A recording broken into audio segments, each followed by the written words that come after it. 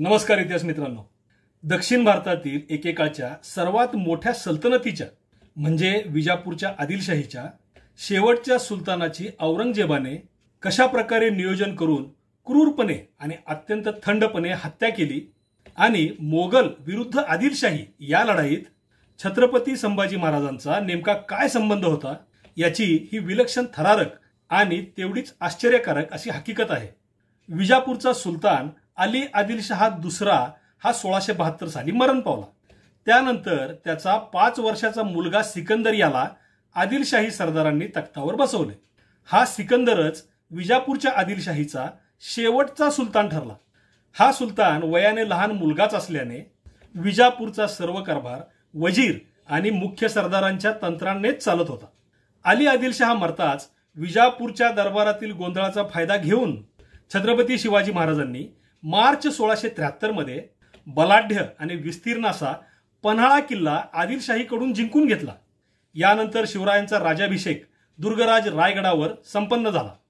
त्यानंतरच्या 4 ते 5 वर्षातच शिवरायांनी कर्नाटक आणि तामिळनाडूतील आदिलशाही अंमलात असलेला जवळपास सर्व प्रदेश जिंकून स्वराज्यात समाविष्ट करून टाकला। आदिलशाही आता कोणत्याही प्रकारे मराठ्यांशी वैर पत्करण्याच्या परिस्थितीत राहिलेलीच नव्हती। उलट आता आदिलशहाच शिवरायांना वार्षिक खंडणी देऊ लागला होता। छत्रपती शिवरायांच्या निधनानंतर 2 वर्षांनी स्वतः औरंगजेब अफाट मोगली फौज घेऊन मराठ्यांचे स्वराज्य नष्ट करण्यासाठी दिल्लीहून महाराष्ट्रात येऊन दाखल झाला। पुढची 3 वर्षे छत्रपती संभाजी महाराजांनी औरंगजेबाच्या मोगली फौजेला असा काही तीव्र प्रतिकार आणि प्रतिहल्ले केले की औरंगजेबाने मराठ्यांचा नाद सोडला। औरंगजेबाने आता त्याचे लक्ष विजापूरची आदिलशाही आणि गोळकोंड्याची कुतुबशाही यांच्याकडे वळविले। 1685च्या मार्च मध्ये प्रचंड मोगली फौजेने आदिलशाहीची राजधानी असलेल्या विजापूर शहराला वेढा घालून हल्ला चालू केले। पण वर्ष झाले तरी विजापूर काही मोगलांना जिंकता आले नाही। अखेर जुलै 1686 मध्ये स्वतः औरंगजेब विजापूरला येऊन दाखल झाला। वेढ्याचे संपूर्ण कामकाज आपल्या हाती घेऊन विजापूरच्या तटबंदीवर तोफांचा प्रचंड मारा करून औरंगजेबाने मोगली सैन्य विजापूर शहरामध्ये घुसवले। आदिलशाही सैन्याचा शेवटचा प्रतिकार मोगलांनी संपवला आणि विजापूर शहर मोगलांच्या ताब्यात गेले। विजापूरचा सुलतान सिकंदर आदिलशहा निमूटपणे औरंगजेबाला शरण गेला। सप्टेंबर 1686 मध्ये विजापूरची आदिलशाही सल्तनत अशा प्रकारे औरंगजेबाने नष्ट केली। सिकंदर आदिलशहाला औरंगजेबाने त्याच्या मोगली छावणीतच एका तंबूमध्ये कैदेत ठेवले। यानंतर पुढच्याच वर्षी गोळकोंड्याच्या कुतुबशाहीवर हल्ला करून कुतुबशाही नष्ट करून सुलतान अबुल हसन तानाशहा याला देखील औरंगजेबाने कैदेत टाकले।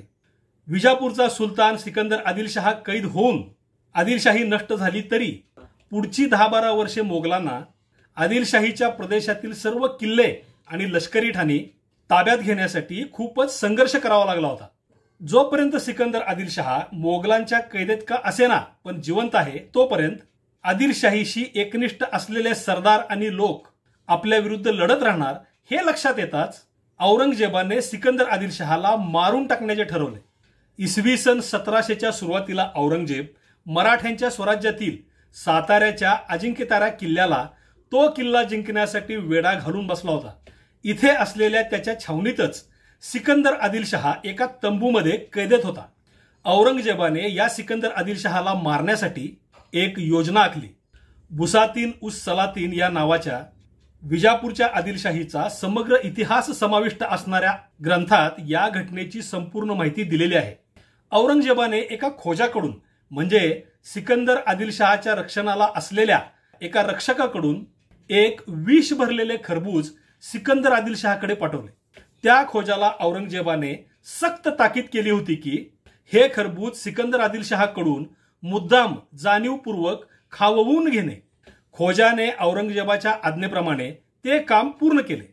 ते विषारी खरबूज सिकंदर आदिलशहाला खायला घालून तो खोजा परत औरंगजेबाकडे आला। विषारी खरबूज खाताच सिकंदरच्या शरीरात ते विष भिनले।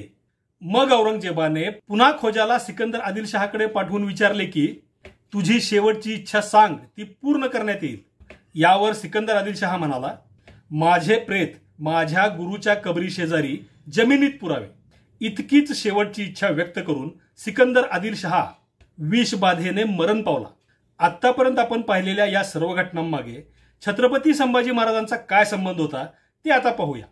औरंगजेब महाराष्ट्रात मराठ्यांच्या विरुद्ध युद्ध घोषित करून आला असला तरी तो जर विजयी झाला तर त्यानंतर आपल्यावर मोगली आक्रमण होणार हे आदिलशाही आणि कुतुबशाही या दोन्ही सल्तनतीच्या सुलतानांना माहिती होते.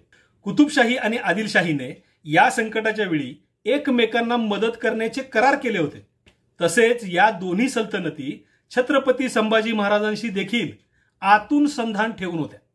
इसवी सन 1682 ते इसवी सन 1684 या काळात औरंगजेबाला छत्रपती संभाजी महाराजांनी काडी इतकेही यश मिळू दिले नव्हते. प्रत्येक लढाईत मराठ्यांनी मोगलांचा सडकून पराभव केला होता. मराठ्यांच्या विरुद्ध आपल्याला यश येत नाही हे पाहताच औरंगजेबाने त्याचे लक्ष आधी आदिलशाहीकडे वळवले. 1684च्या मार्चमध्ये औरंगजेबाने सिकंदर आदिलशहाला एक फरमान पाठवले. या फरमानामध्ये त्याने हुकूम फरमावला होता की आमच्या मोहिमेसाठीचा खर्च व रसद कोणतेही कारण न सांगता पोहोचवणे, तुमच्या मुलखातून आमच्या फौजेचा व रसदेचा येण्या जाण्याचा मार्ग मोकळा ठेवणे, आमच्या सरदारांच्या मदतीला तुमचे 5 ते 6 हजार स्वार नेमणे आणि सर्वात महत्त्वाचे म्हणजे मराठ्यांच्या राजाशी म्हणजे संभाजी राजांशी असलेले तुमचे मित्रत्व आतून आणि बाहेरून पूर्णपणे सोडून देऊन शंभूराजांचा निर्मूळ फडशा करण्याकरता विचार करणे, मोगलांच्या प्रचंड सैन्य सामर्थ्याचे दडपण आणून धमकी देऊन आदिलशहाला शंभूराजांच्या पासून दूर करायचे आणि आदिलशहाने हुकूम मानला किंवा नाही मानला तरी आदिलशाहीवर हल्ला करून ती संपवायची आणि मग मराठ्यांच्या स्वराज्यावर आक्रमण करायचे, असा हा औरंगजेबाचा दुहेरी डाव होता. सिकंदर आदिलशहाने वरकरणी औरंगजेबाच्या फरमानाला मान्यता दर्शवली, पण प्रत्यक्षात औरंगजेबाचा एकही हुकूम त्याने पाळला नाही. मोगलांना त्याने रक्कमही दिली नाही, रसदही दिली नाही आणि त्यांच्या मदतीला फौजही पाठवली नाही. मग मात्र औरंगजेबाला यात काहीतरी फितूर आहे असा नेमका अंदाज आला. आदिलशहा आणि शंभूराजे यांचे एकमेकांशी मित्रत्व आणि सख्य आहे, म्हणूनच आदिलशहा शंभूराजांची बाजू घेत आहे असा संशय औरंगजेबाला आला. याच वेळी सिकंदर आदिलशहाने औरंगजेबाचा हुकूम धुडकावून लावून विजापूरमध्ये असलेले शंभूराजांचे वकील मेलगिरी पंडित यांना मुआतेमद राव असा किताब दिला. या सर्व प्रकारामुळे औरंगजेब अत्यंत चिडला आणि त्याने आदिलशाही मुलकावर हल्ला करून मोगली ठाणी बसवण्याचा हुकूम फरमावला. मागोमाग औरंगजेबाच्या मुलाने शहाजादा आझमने मोठ्या फौजेनिशी आक्रमण करून विजापूर शहराला वेढा घातला आणि मोगल विरुद्ध आदिलशाही हा संघर्ष आता विजापूरच्या वेशीत येऊन ठेपला. सिकंदर आदिलशहाने या भयंकर संकटावेळी छत्रपती संभाजी महाराजांच्याकडे मदतीची याचना केली. आदिलशाही मोगलांच्या हाती गेली तर मोगलांची ताकद वाढणार आणि त्यानंतर औरंगजेब दुप्पट जोराने आपल्या स्वराज्यावर आक्रमणे चालू करणार हे शंभूराजांना पूर्ण माहिती होते. यावेळी आदिलशाहीला मदत करून मोगलांच्या वर हल्ले करण्याचा मार्ग शंभूराजांनी स्वीकारला. त्यामुळे विजापूर मोगलांनी वेढल्याचे कळताच 1685च्या जूनमध्ये छत्रपती शंभूराजांनी विजापूरच्या मदतीला कवी कलशांना रवाना केले. कवी कलशांनी पन्हाळ्यावर जाऊन फौजा गोळा करून त्या विजापूरच्या मदतीसाठी रवाना केल्या. मराठ्यांच्या सैन्याने विजापूर वेढून बसलेल्या मोगली फौजेला रसद पुरवणारे मार्ग बंद केले. मोगली मुलखात लुटालूट चालू केली. विजापूर परिसरातील ओढ्या नाल्यांचे पाणी खराब करून टाकले. मोगलांचे पाण्यापर्यंत येण्याचे मार्गच मराठ्यांनी बंद करून टाकले. मोगली लष्करातील लोक यामुळे कोंडले गेले आणि ते लष्करातील घोडे, उंट व इतर जनावरांना मारून कापून त्यांचे मांस खाऊ लागले. मोगलांच्या फौजेतील अनेक लोक उपासमारीने मरू लागले. मोगलांची ही भयानक परिस्थिती सोलापूरला असलेल्या औरंगजेबाला कळताच अगोदर त्याने तत्काळ मोठ्या फौजेनिशी रसद रवाना केली आणि मागोमाग तो स्वतः विजापूरच्या वेढ्यात येऊन दाखल झाला. यानंतर आदिलशाही सैन्याचा पराभव होऊन विजापूर मोगलांनी जिंकले. शरण आलेल्या सिकंदर आदिलशहाला औरंगजेबाने कैदेत टाकले आणि 14 वर्षानंतर सिकंदर आदिलशहाला औरंगजेबाने विष घालून मारले. सिकंदर आदिलशहाने मृत्यूपूर्वी औरंगजेबाकडे व्यक्त केलेल्या इच्छेनुसार सिकंदर आदिलशहाचे प्रेत औरंगजेबाने साताऱ्याहून विजापूरला पाठवले.